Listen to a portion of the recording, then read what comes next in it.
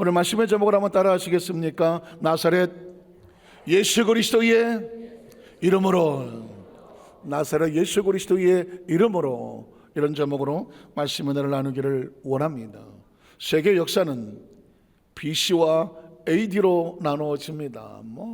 세계사 가장 기본적인 단어입니다. 세계 역사는 아무리 생각해도 어떻게 이런 일이 일어나지? BC와 AD로 나누어집니다. BC는 뭘까요? Before Christ, 예수 그리스도의 탄생 이전입니다. 기원 전이라고 말하는 예수의 탄생 이전을 BC라고 말하죠. 예수의 탄생 이후, 라틴어인데 아노 도미니오, 예수 그리스도의 탄생 이후라는 의미를 씁니다. 우린 소위 말할 때 서력기원이라는 말이죠. 2024년은 서기 2024년이거든요. 서기가 뭐예요? 서력기원이 뭐예요? 서양식 달력이라는 것이거든요.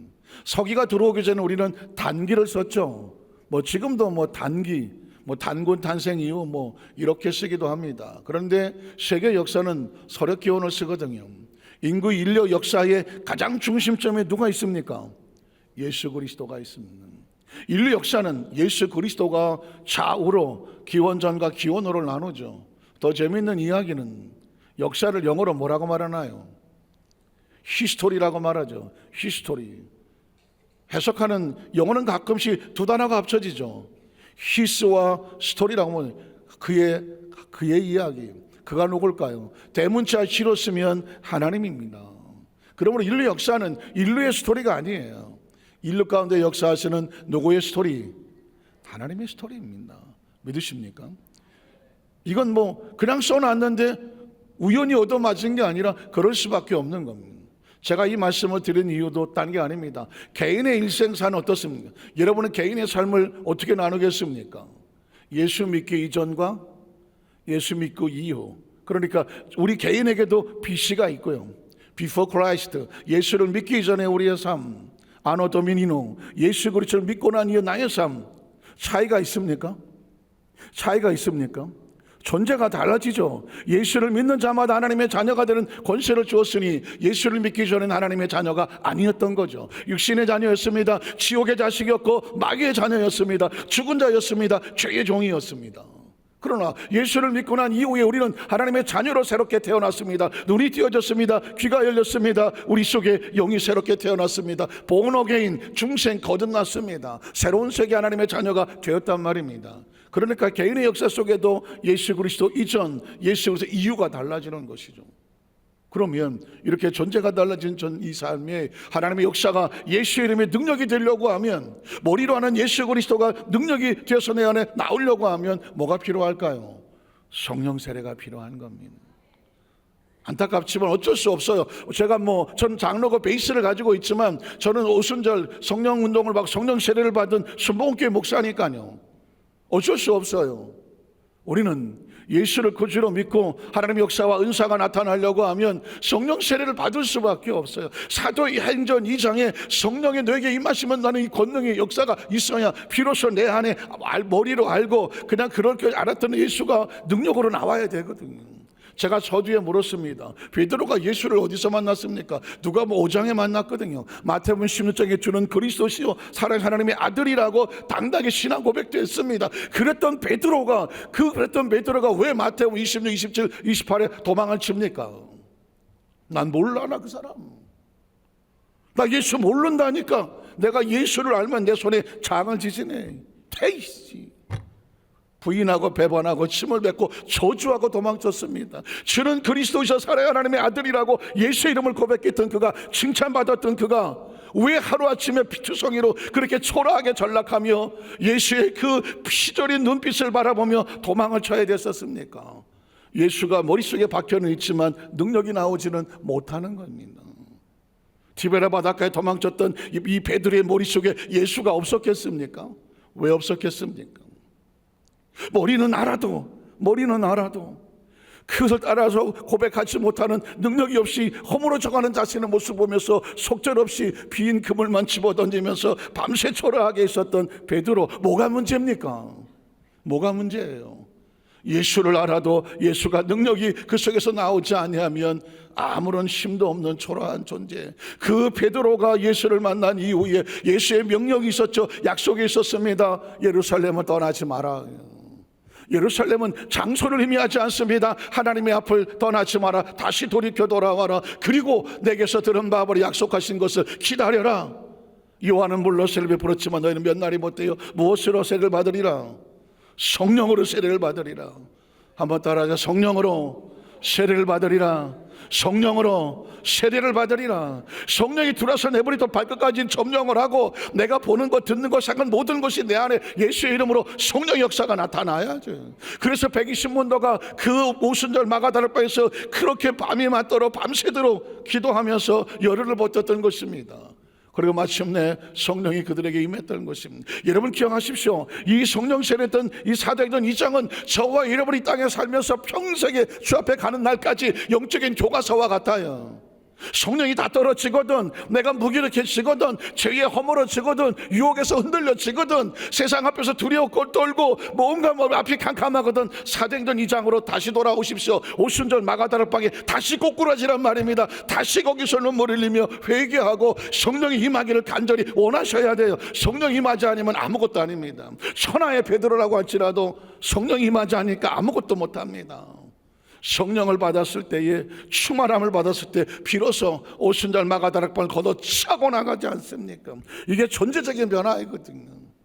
그리고 그걸 통하여서 그 속에 깨달은 것 하나, 내 안에 예수 그리스도의 능력이 있구나, 예수 그리스도의 능력이 있구나 하죠. 예수의 이름의 능력이구나. 한번 따라하시게. 예수의 이름으로, 예수의 이름으로, 예수의 이름으로, 예수의 이름으로, 예수의 이름으로. 어떤 사람에게는 예수의 이름은 내가 평생 불렀던 이름인데 그거 뭐 새로울 게 있나?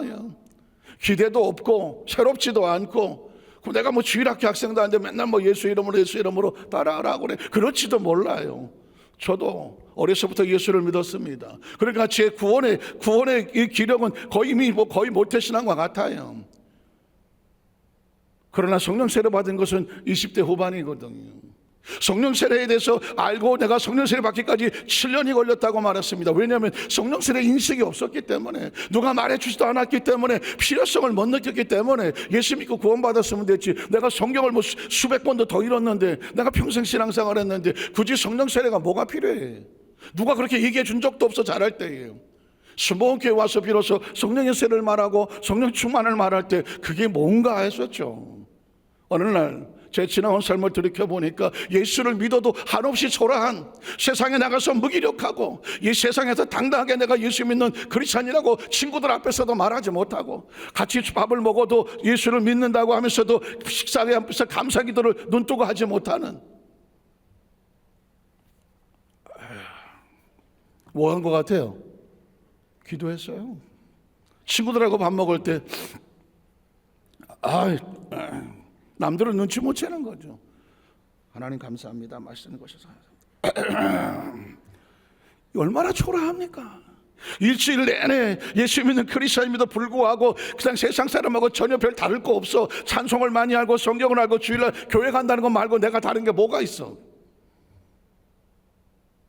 주일날 되면 가장 초라하게 맨 뒤에 가서 혹시 지붕에서 뭐 떨어질까 봐 일주일 동안 해놓은 짓거리가 있으니까 맨 뒤에 앉아서 목사님 얼굴 보기도 창피하고 그냥 뒤에 앉아서, 그리고 거꾸로 적었고, 주여 한 주간 동안 내가 이런 죄를 용서해달라고.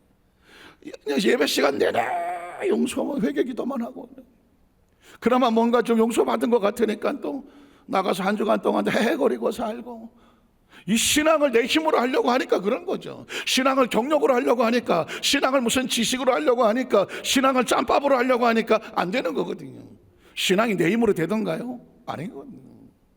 성령 세례 받기 위해서 정말 삼각산에 올라가서 나무 뿌리 붙잡으라 그래서 나무 뿌리 붙잡고 기도도 해보고, 뭐 그 뒤집어 쓰고 뭐 비닐을 뒤집어 쓰고 기도도 해보고, 오산에 기도원 가서 뭐 기도도 해보고. 그러나 중요한 것은 흉내 가지고 되지 않아요. 성령님이 절실하게 필요해야 돼요. 성령님이 절실하게 필요해야 돼요. 성령님을 인격적으로 만나야 돼요. 인격적으로 구해야 되거든요. 하나님, 이제 알았습니다. 성령이 아니면 내가 경력으로도 무슨 내가 머릿속으로 외운 거 가지고 성경 시험 본 거 가지고 교회 학교 다니며 열심히 상장 받은 거, 성령님, 성령 받기 원합니다. 원색적으로 기도원에 가서 하나님 앞에 몸부림치며 기도하며 성령 받기 원합니다. 성령 받기 원합니다. 성령을 간절히 인격적으로 구하고 부르짖었을 때, 내게 성령이 들어와셨을 때 내 인생은 달라졌습니다. 기도원에 들어가서 기도골에 들어가서 기도하기 전과 기도골에서 성령 받고 나와서 바라본 세계는 전혀 다른 세계였습니다. 마치 제 개인의 인생에는 BC와 AD가 갈라지는, 예수를 믿었어도 성령세를 받지 아니하면 BC와 AD 갈라지는 것처럼 전혀 갈라지지 않아요. 지금도 예수를 믿는다고 하지만 자기가 예수를 믿는다는 착각으로 살아가는 크리스찬들이 얼마나 많습니까? 알아요. 예수도 알아요. 교회도 다녀요. 성경도 알고요. 어쩌다가 직분도 받아서 흉내는 내죠. 그러나 그 안에 정말 진정한 예수 그리스도에 대한 체험적인 신앙이 없고 인격적인 만남이 없고 성령을 모시지 아니하면 얼마나 초라한지 몰라요. 차라리 예수를 안 믿은 사람은 예수를 모르기 때문에 양심의 가책도 없어. 그러나 예수를 믿으면서 예수의 말씀대로 살지 못하는 사람은 직분을 가지고 있으면서 말씀대로 살지 못하면 그 양심의 가책이 얼마나 처참하겠습니까? 어떻게 이렇게 잘하냐고요? 해봐서 알지 나도 해봐서 알아요. 내 정말 딱을 치고 회개할 일이, 군에서 한 1년 동안 교회를 못 나가는데 교육생들이 들어왔어. 나보다 한 5살 많은 놈이 들어왔어. 너 몇 살이냐 그랬더니 몇 살이라 그래. 야, 너 나보다 5살이나 많다. 네, 어떡하겠어, 교육생인데. 이력서를 이렇게 기록을 봤더니 어디 신학대학을 다니다가 왔어. 야, 너 신학대학 다녔냐? 네, 다녔습니다. 그래.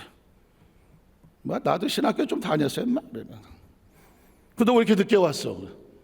공부하다가 늦게 왔습니다. 너 군대 말 알아, 몰라? 모릅니다. 군대는 라면을 끓여 먹고 오는 데가 아니야. 군대는 생라면 먹고 오는 데야. 네, 알았습니다. 지금 생각하니까 그걸 그렇게 재밌어 하는지 내가 지금 땅을 치고 그래. 나보다 5살이나 많은데 쫄병으로 들어왔어. 다음부터 군대 올 때 라면 끓여 먹고 오지 마. 생라면 먹고 와. 네, 생라면 먹고 오겠습니다. 뭘 생라면 먹고 오겠어. 내가 이 성령을 제대로 받고 나서 내가 땅을 치고 회개한 거예요. 그게 무슨 짓거리를 한 거야. 사랑하는 성도는 마찬가지입니다. 예수를 믿고 신앙생활하는 흉내가 있어도 성령이 나를 점령하고 통제하고 지배하고 내 안에 예수의 능력이 없으면 무슨 짓을 하고 나는지 모른다니까. 자기가. 제가 이야기를 드리는 건 딴 게 아닙니다. 전체적으로 예수 그리스도를 믿고 하나님의 성령이 왜 그 내 마음대로 살던 삶을 끊어버리고, 이건 다 빚이야. 다 끊어버리고 이후에 성령과 함께 새로운 삶이, 내가 정말 새로운 삶이 매 순간 유지할 수 없으면 이건 크리스천으로서 마음에 자유하지 못해요. 베드로는 왜 처음부터 수제자인데 신앙생활 잘해서 오점도 없이 역시 예수의 수제자는 달라, 베드로를 높여주지 않았을까요? 왜 저 시궁창에 처박아 버리고 피투성이로 하는 그 베드로를 다시 씻겨서 다시 성령 세례 주어서 그를 하여금 교회를 세우게 했을까요? 인간의 능력은 안 되는 거예요. 천하의 베드로라도 인간의 능력은 안 되는 거예요. 베드로를 바꾸고 세운 건 누구의 능력입니까? 예수 그리스도의 능력입니다. 이렇게 변화되고 나면 이제 내면에 성령으로 충만하고 내 안에 예수 그리스도가 충만한 걸 가지고 나가면 세상과 맞짱을 떠야 돼요. 목적은 뭐냐? 증인이기 때문에 그렇습니다. 증인은 뭐를 거는 거라고요? 선서하지 않습니까? 법정에 가서 증인 선서합니다. 내가 이 위증을 하면 내가 잘못한 것으로 인하여 내가 무슨 벗이라도 밟겠습니다. 내 입의 말에 책임을 지겠습니다. 이게 증인이 선서하는 거거든요. 예루살렘과 유다와 사마리아 땅끝에서 내 증인이 되리라. 네가 예수의 복음을 증거하다가 이게 거짓이면 목숨을 내놓겠습니다. 이게 증인인 겁니다. 전도가 그렇게 재밌어 보입니까? 만만하지 않아요. 목숨을 걸어야 되는 거예요. 여러분, 선교가 만만해 보입니까? 목숨을 거는 거예요. 신앙생활은 목숨을 거는 겁니다. 이 인생의 최고의 도박이 뭐냐? 예수 믿는 겁니다.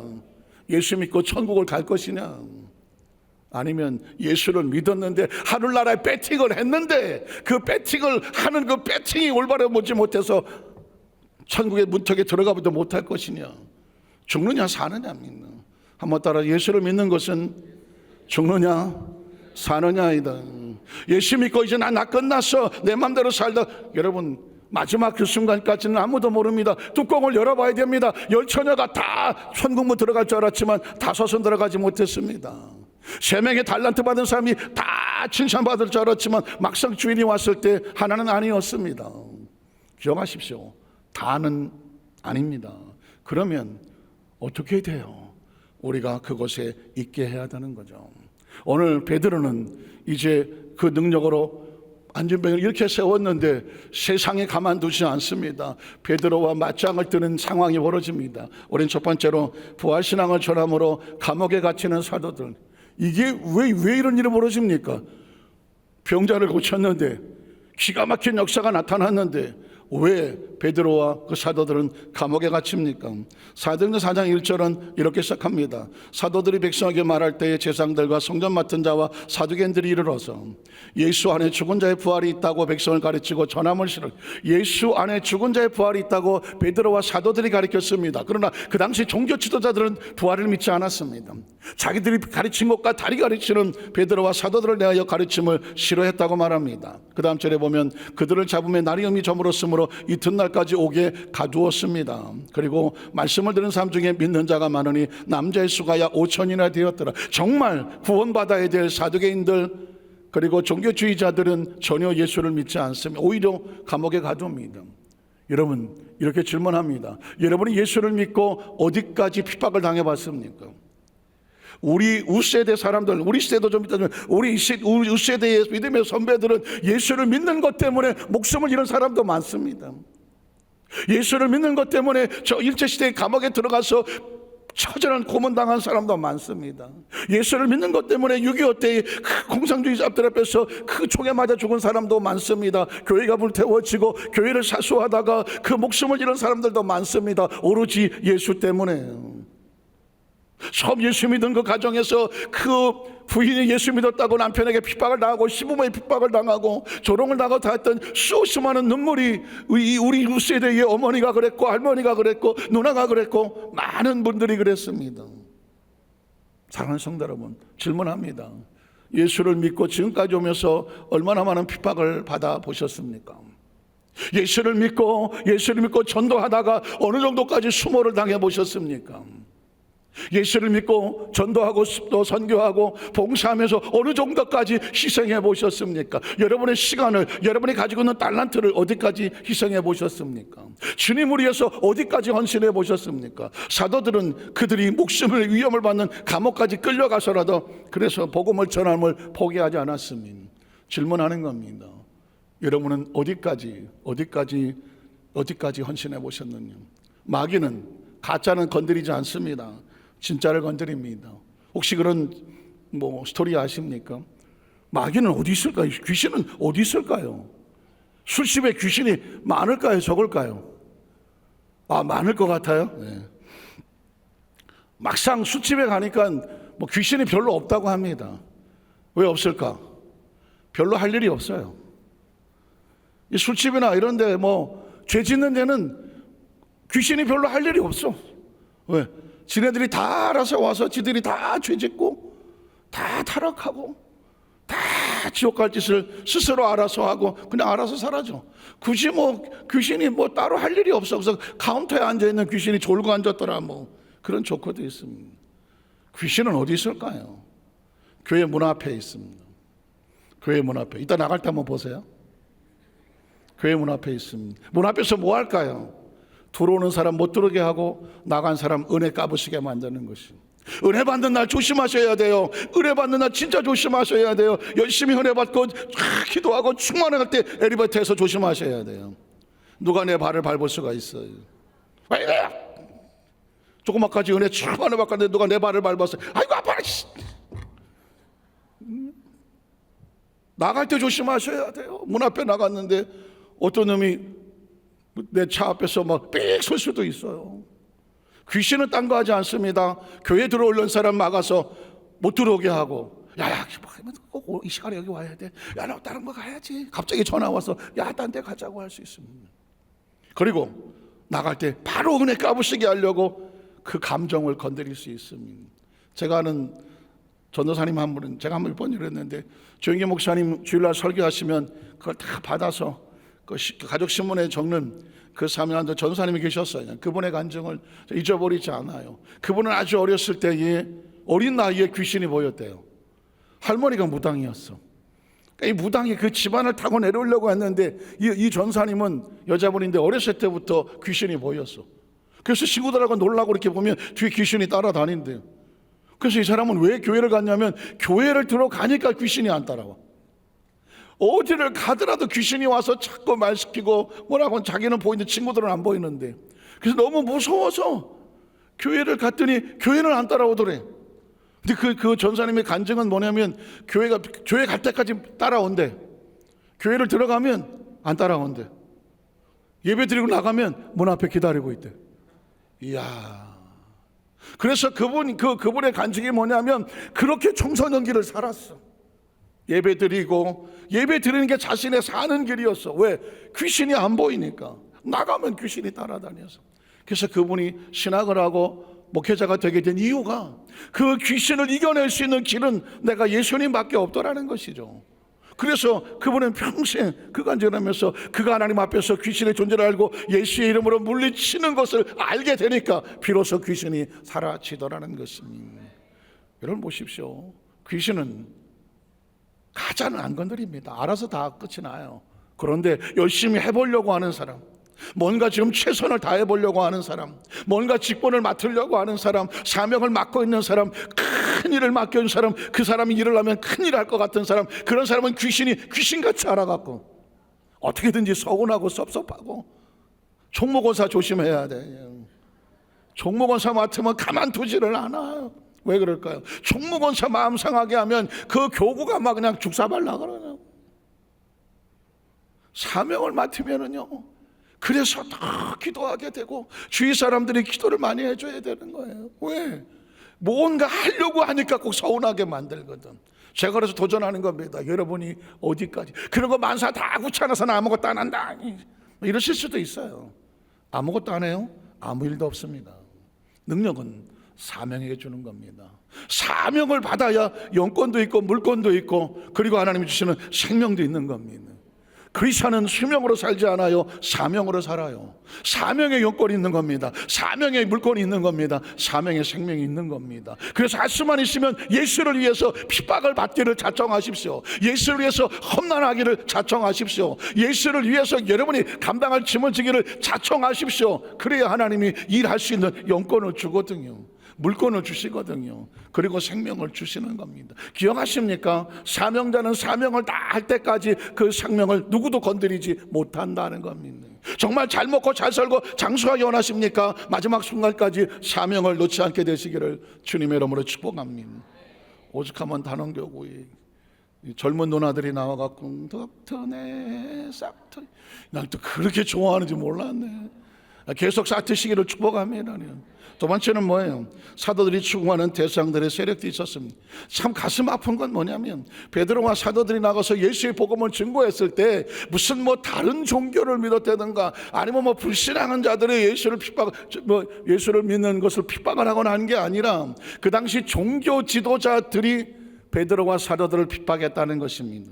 5절 이하를 보면 이튿날 관리들과 장로들과 서기관들이 예루살렘에 모였는데 대제사장까지 나오죠. 안나스와 가야바와 요한과 알렉산더와 및 또 대제사장의 문증이 다 참여해서 뭘 했어요? 사도들 가운데 세우고 묻되 너희가 무슨 권세와 누구의 이름으로 이 일을 행하느냐.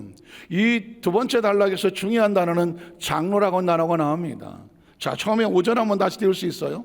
5절에 보면 이튿날 관리들과 장로들과 서기관들이, 제가 이 말씀 나올 때마다 아직 이걸 설명을 꼭 해드려야 되는데 왜냐하면 처음 성경을 읽으시는 분들은 가만히 보면 그냥 장로라고 나와요.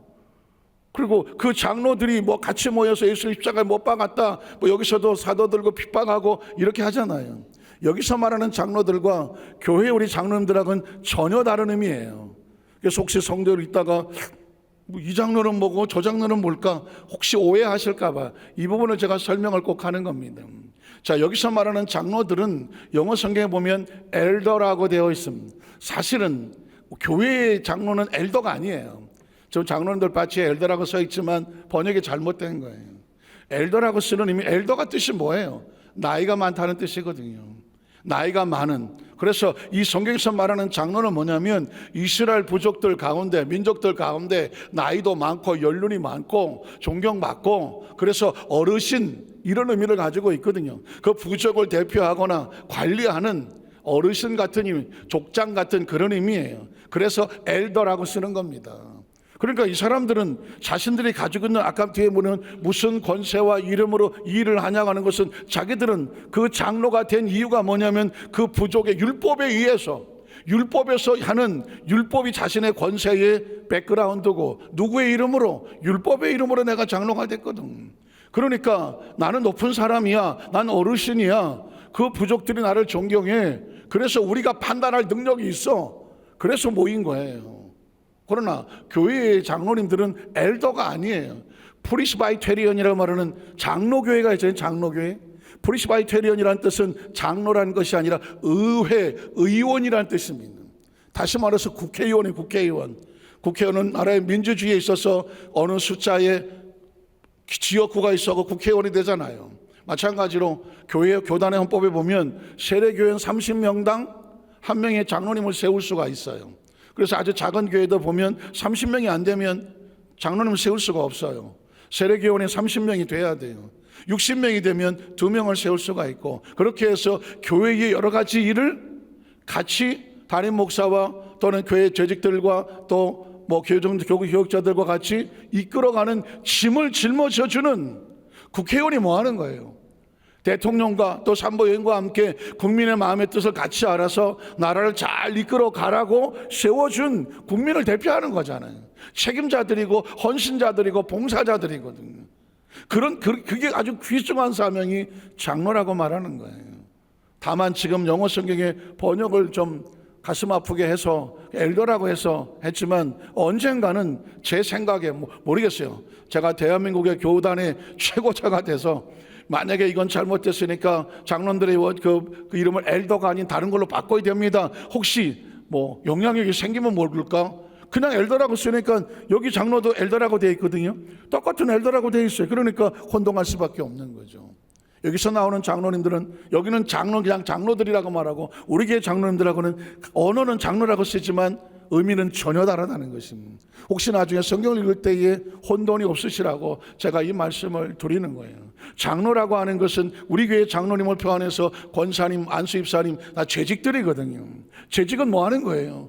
교회 기둥과 같아요. 짐을 나눠서 지는 거예요. 원래는 그래서 이 재직을 하려면 심사도 까다롭고 그 사람의 여러 가지 많은 것들을 사전에 다 테스트를 해서 교회의 짐을 짊어질 만한 그런 인정을 받을 때에 사실은 사명을 지는 거예요.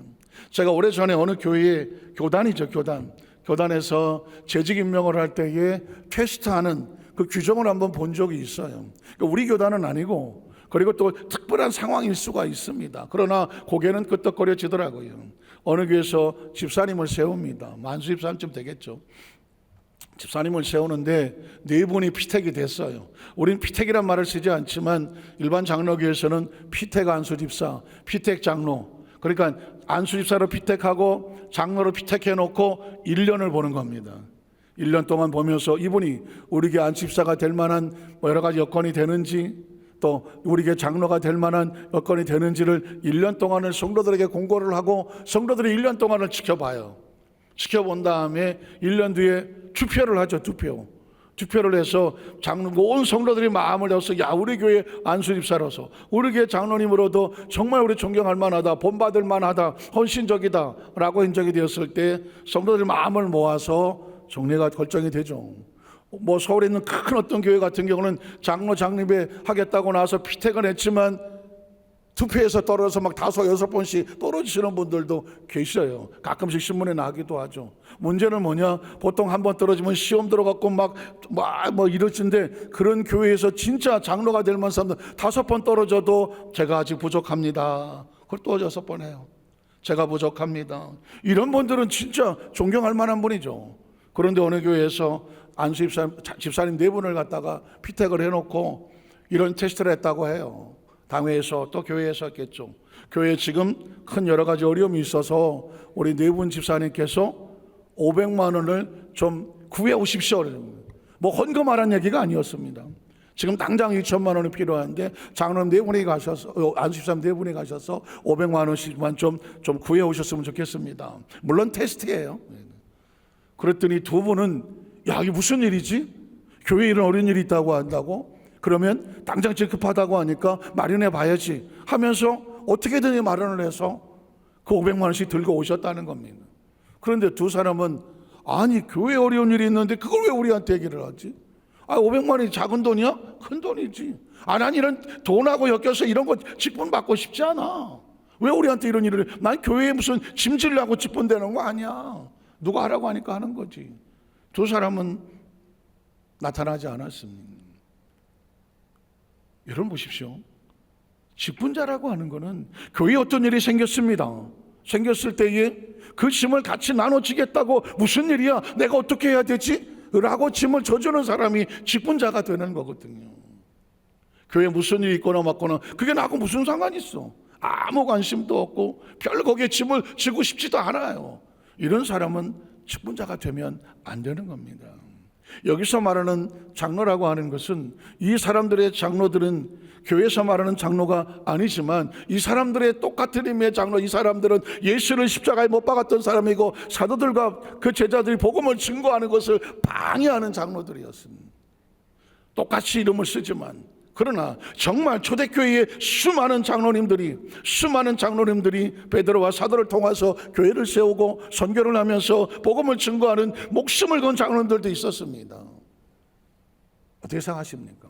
성도는 우리에게, 교회는, 그리고 오늘 성경은 우리에게 도전을 주는 겁니다. 당신은 어느 편을 선택하시겠습니까? 이걸 묻는 거예요. 말씀을 들을 때 항상 우리는 결단을 하죠. 어떻게 나는 어느 편에 설 것인가 결단하는 것이죠. 저와 여러분은 이미 예수를 믿고 하나님의 자녀가 되었다고 하면, 사명자의 직분자라고 하면, 이왕 달란트를 받았으니, 이왕 직분을 맡았으니 어떻게 하겠습니까? 하나님 보시기에 가장 착하고 충성된 기둥이 되게 하시고 사명자가 되게 하시고 직분자가 되게 하여 주시옵소서. 저도 어쩌다가 하나님이 세우셔서 목회자가 됐잖아요. 그러면 제 사명, 저는 이건 뭐 평생 늘 말씀하고 싸워야 되고 은혜로 싸워야 되고 하나님의 마음을 품어야 되고 우리 성도들에게 어떻게 한 사람에도 실수하고 실패하지 않냐고, 천국까지 우리 다 같이 한 사람도 빠지지 않냐고, 천국에 함께 만납시다, 이 사명을 끌고 가야 될 사명이 저에게 있는 거예요. 오다 가다 만난 사이가 아니잖아요. 우리에겐 영혼을 하나님 앞에 온전히 드려야 될 이 사명을 우리가 함께 지고 있는 공동체 아니겠습니까? 여의도 순복 안산교회 들어온 어떤 성도를 한 사람도 난 놓치지 않겠다, 한 영혼도 실족하지 않겠다, 그리고 천국에 다 같이 만나게 하겠다. 신부단장하는 곳이 어디예요? 교회 공동체거든요. 그 책임을 지고 가는 게 담임 목사고, 늘 말씀을 잘 묵상해서 온전히 영을 꼴을 먹이고 올바른 신앙생활 할 수 있도록 늘 끊임없이 말씀으로 같이 케어하는 게 담임 목사고 설교자고, 그리고 우리 장로님들과 안수집사님, 권사님들이 일선에서 같이 손잡아주면서 아론과 울처럼 사명 감당할 수 있도록 같이 힘을 도와주는, 그게 사명체백들 아니겠습니까? 오늘 저와 여러분이 똑같은 이름을 가진, 뭐 다른 교회도 장로님 있고 다른 교회도 뭐 집사님 다 있잖아요. 똑같은 이름이 있더라도 그 교회 장로님은 달라, 그 교회 권사님은 달라, 그 교회 안수집사님은 달라, 그 교회 성도들은 달라, 그 교회 집사님은 달라. 하나님 앞에 진짜 크리스찬이야, 진짜 사명자들이야. 그렇게 인정받게 되시기를 주님의 이름으로 축원합니다. 마지막 세 번째로 장로들이 물었지 않습니까? 그 당시 장로들이 누구의 이름과 누구의 권세냐고 물었습니다. 이거 중요한 단어입니다. 여러분에게 스스로 물으십시오. 나에게 역사는 나는 누구의 권세와 누구의 이름으로 이 자리에 서 있는가? 누구의 권세와 누구의 이름으로 이 영적 신앙생활에 무장하고 나가는가? 이 두 가지가 필요한 거죠. 자, 오늘 성경 보면 8절입니다. 8절에 보니까 이에 베드로가 무엇이 충만하여? 베드로의 베이스멘트에 그의 권세와 권위는 어디서 나오느냐? 성령 충만해서 나오는 겁니다. 크리스찬의 영적인 권세는 어디서 나오냐면 성령 충만해서 나와요. 저 여기서 환상계 모든 성도들이 매 순간마다 성령으로 충만하시기를 주의 이름으로 축복합니다. 성령 충만한 사람 아무나 못 건드립니다. 성령 충만한 사람은 아무도 손대지 못합니다. 성령 충만한 사람은 같은 크리스찬끼리도 알아요. 같은 크리스천끼리도 알아요. 제가 초교파 목사님들하고 많이 요즘 회의도 하고 만나게 되는데 참 재밌는 이야기를 합니다. 순복음교회 목사는 달라. 그건 제 순복음교회 목사가 하는 게 아니에요. 장로교 합동치하는 목사님 이름만 대면 아실만한 분이 하는 겁니다. 순복음교회 목사님 이번에 대표장 됐다더니 그분이 하면 나는 전국에서 알더래. 뭐 경상남도 어디 가서 얘기했더니 이번에 대표장 사님 누구냐 그래서 김유희 목사한테 나 그 사람 안 돼. 난 누구도 이제 모르는데요. 순복음교회 목사님이 대표장 돼서 너무 다행이야. 난 그 세계를 전혀 모르거든요. 그런데 그렇게 말씀해 주니까 얼마나 감사해요. 순복음교회 목사들은 성령 충만하지, 말씀 충만하지, 기도 많이 하지. 그 사람들은 달라. 장로교 합동충 목사님 모여서 그렇게 얘기해 주더라는 거죠.